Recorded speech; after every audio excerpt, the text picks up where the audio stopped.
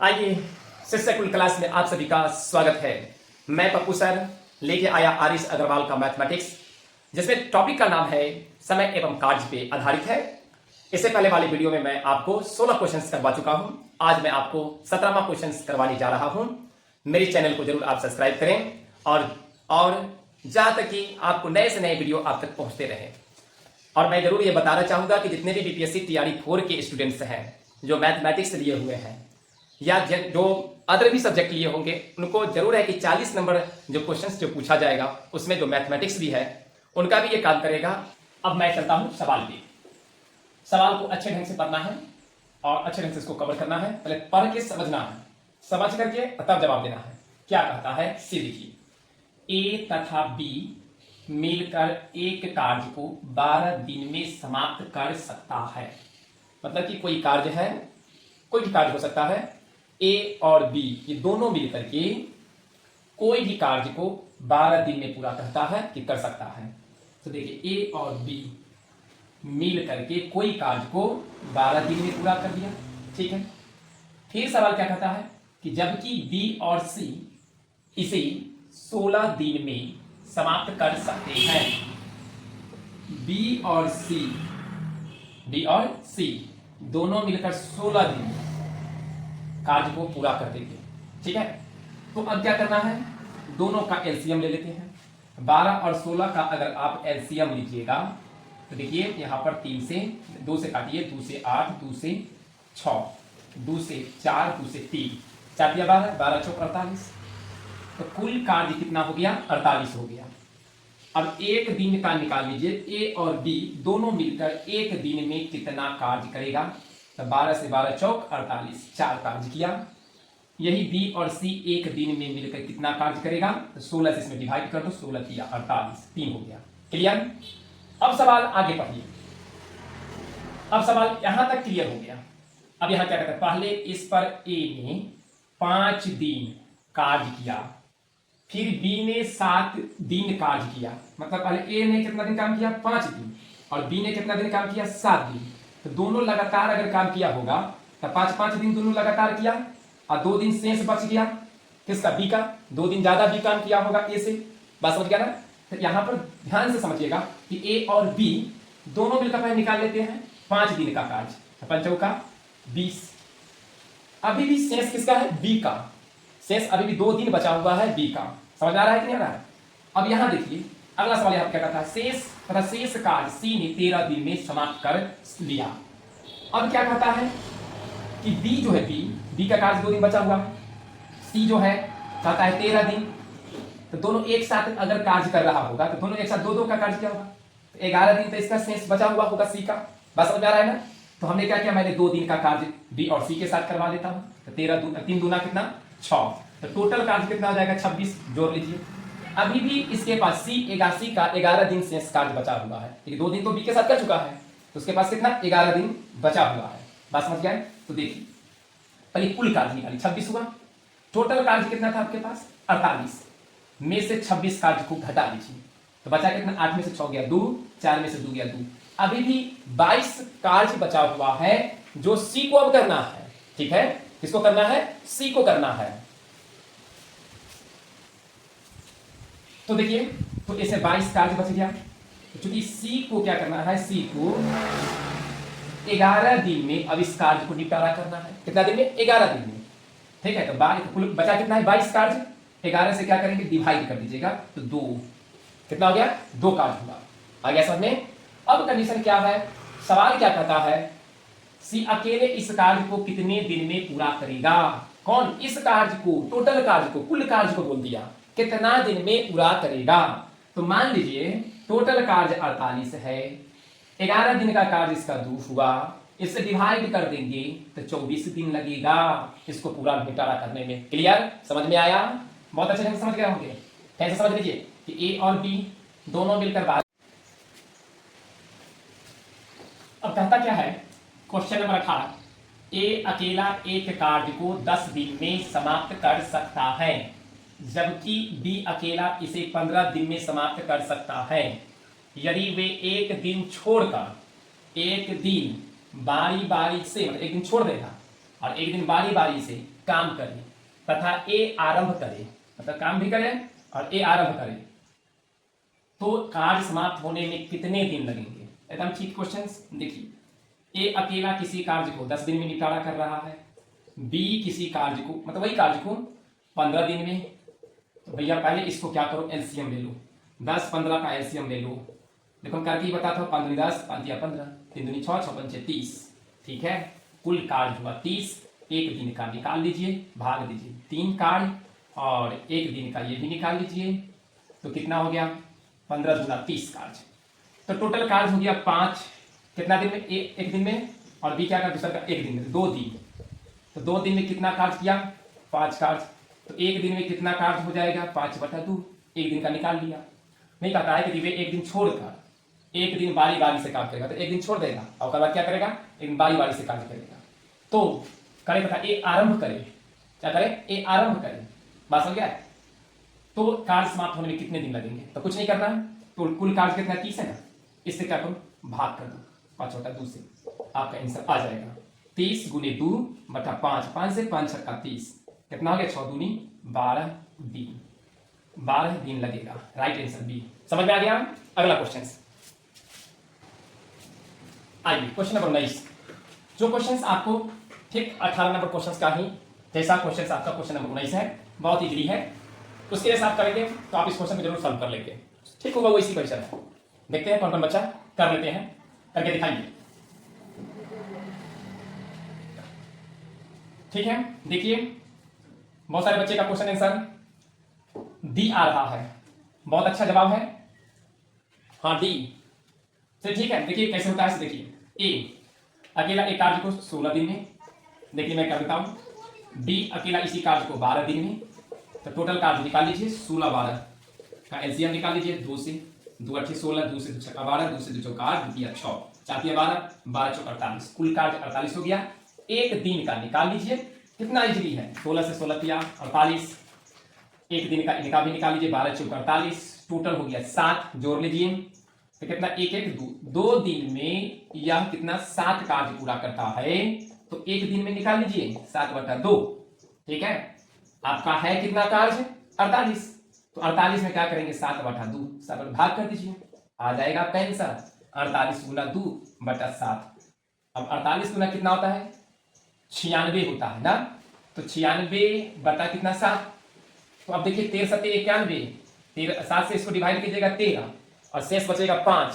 तो इसको हम लिख सकते हैं 13.5/7 दिन लगेगा इस कार्य को पूरा करने में।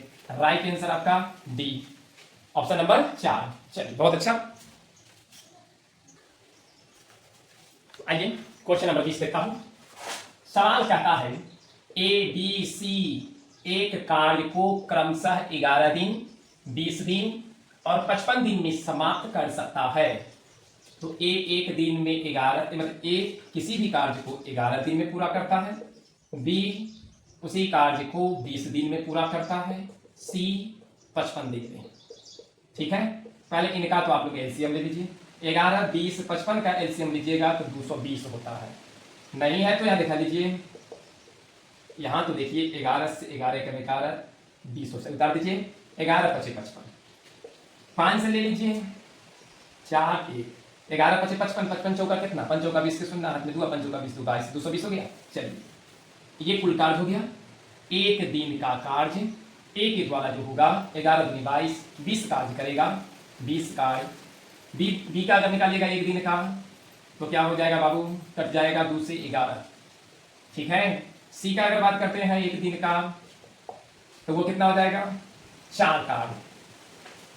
अब क्या करना है, सो देखिए सवाल को पढ़िए। यदि ए के साथ एक दिन बी कार्य करे, ध्यान दीजिएगा, ए के साथ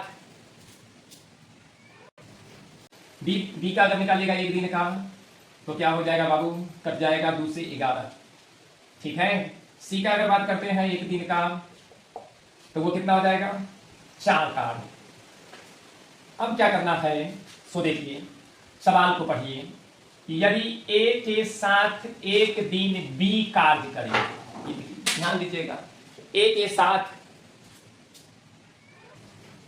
क्या कहता है, सवाल फिर से पढ़िए। ए के साथ एक दिन में बी, मतलब कि जो ए है ना उसके साथ बी एक दिन में कार्य करता है, ठीक है। तो यहां देखिए एक दिन में ए 20 कार्य करता है और बी भी एक दिन में कितना कार्य करता है, 11 कार्य करता है, ठीक है।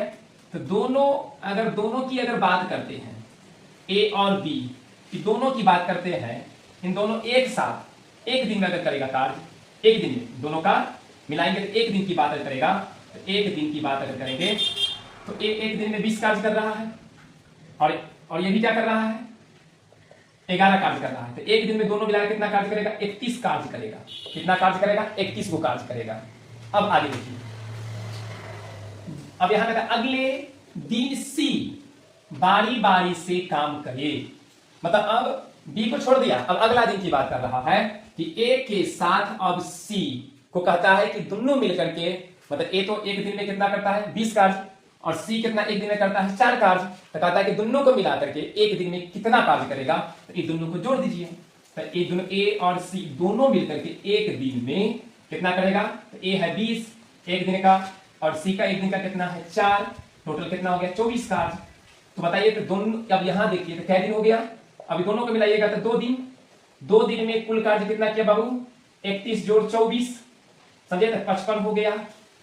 समझ में आ रहा होगा, तो 2 दिन में कितना 55 कार्य किया ए बी के साथ मिलकर और ए सी के साथ मिलकर के, ठीक है। तो एक दिन की निकाल लीजिए तो 55 बता कितना 2।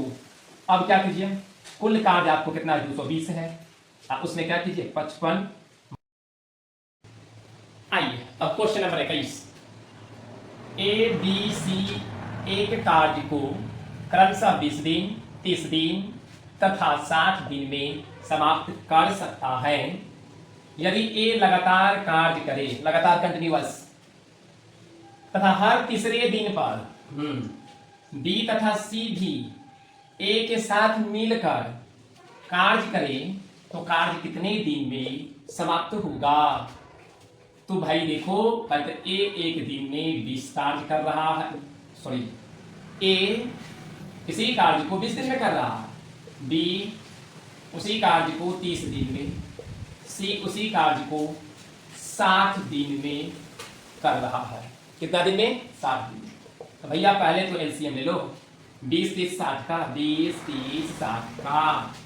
तो देखो 5 से 5 चौका 20, 5 छक्का 30, 5 से 12 25 60। देखो 2 से 2 दूनी 4, द्वितीया 6, 2 से 2 छक्का 12, 2 से लगा लो 3 द्वितीया 6, 3 लगा दीजिए। देखिए यहाँ पे सर कैसे आप एलसीएम ले रहे हैं, कैसे इसको पहले छोड़ से लीजिए। देखो भाई मैं आपको बताऊंगा, हाँ बात सही है, लेकिन यहाँ कॉम्पिटिटिव है, हमें जल्दी से क्या करना है, कॉम्पिटिटिव एग्जाम में जब बैठेंगे मेरे पास में 1 ही मिनट का समय होता है, मुझे धाय धाय करना पड़ता है, ठीक है, कैलकुलेशन फास्ट होनी चाहिए, इसलिए कोई बात नहीं है।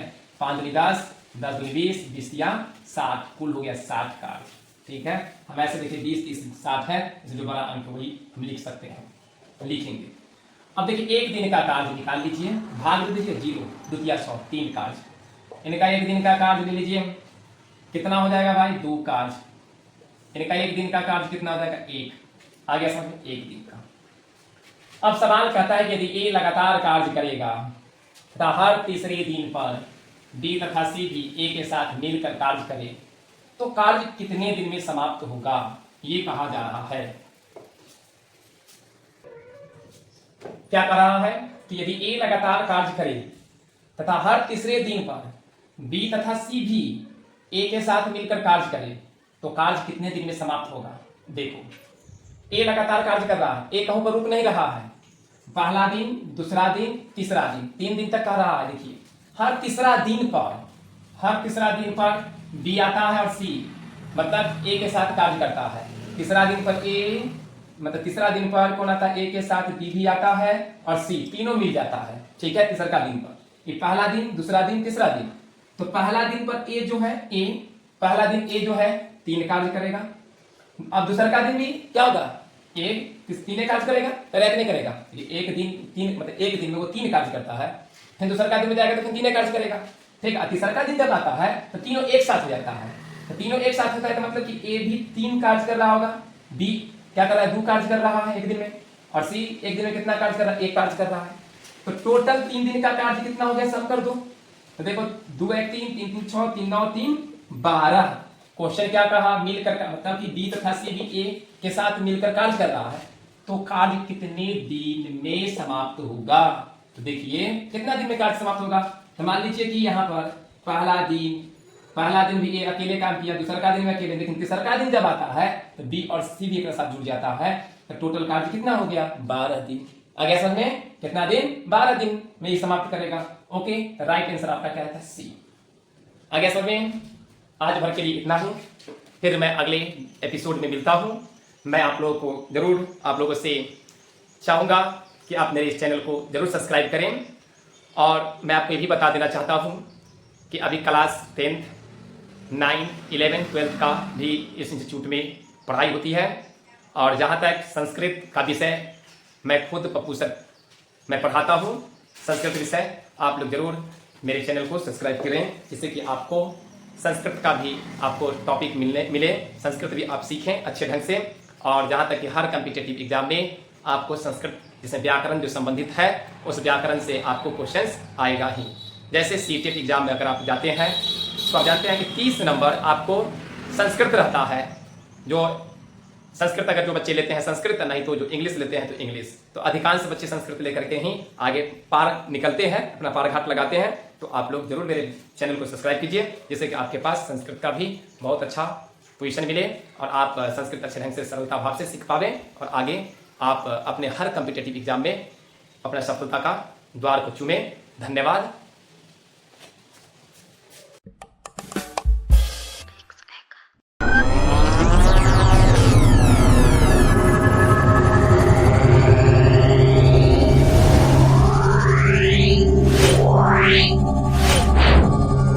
Meow.